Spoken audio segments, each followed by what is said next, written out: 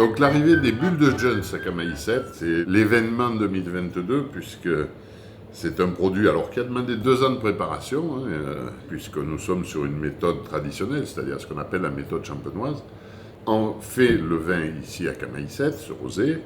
Ensuite, on l'a envoyé dans une entreprise spécialisée dans la champanisation et qui nous a permis pendant 18 mois de faire ce qu'on appelle la prise de mousse.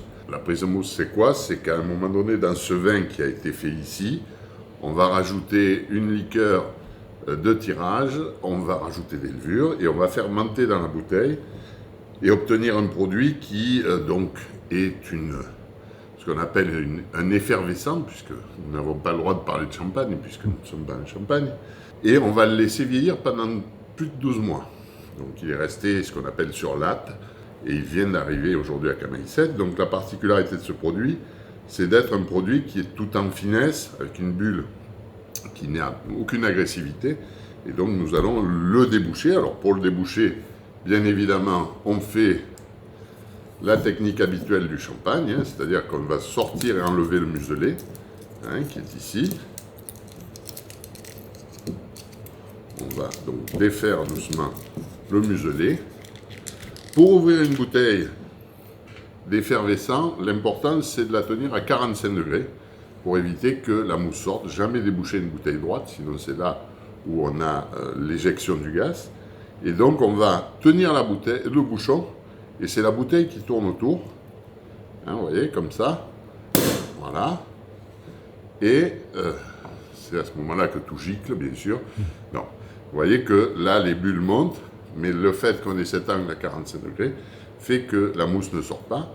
Donc vous avez dessous un trou qui est fait pour servir une bouteille de champagne. Toutes les bouteilles de champagne sont comme ça.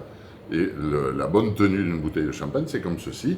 Et donc on va verser là aussi, pour éviter que la mousse se fasse trop forte, on va verser dans un verre lui aussi incliné à 45 degrés, ce qui nous permet de servir sans avoir une quantité de mousse.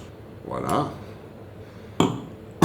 Et donc, on voit le premier élément, on voit qu'on a une bulle très fine, et ça c'est la qualité d'un effervescent, c'est de chercher à ce que, les bulles soient les plus fines possibles, souvent je dis c'est l'antithèse de la bulle de Coca-Cola, où là on gazéifie, et que la bulle soit régulière.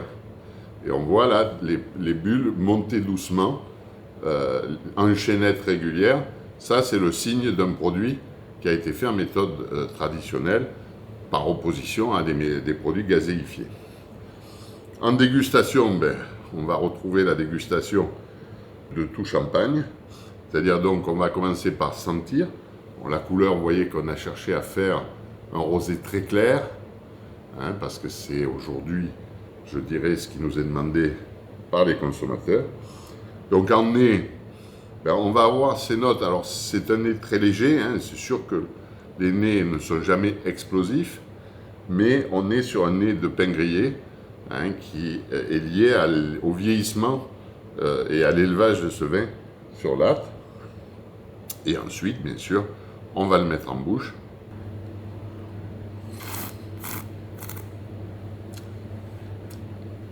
C'est bon.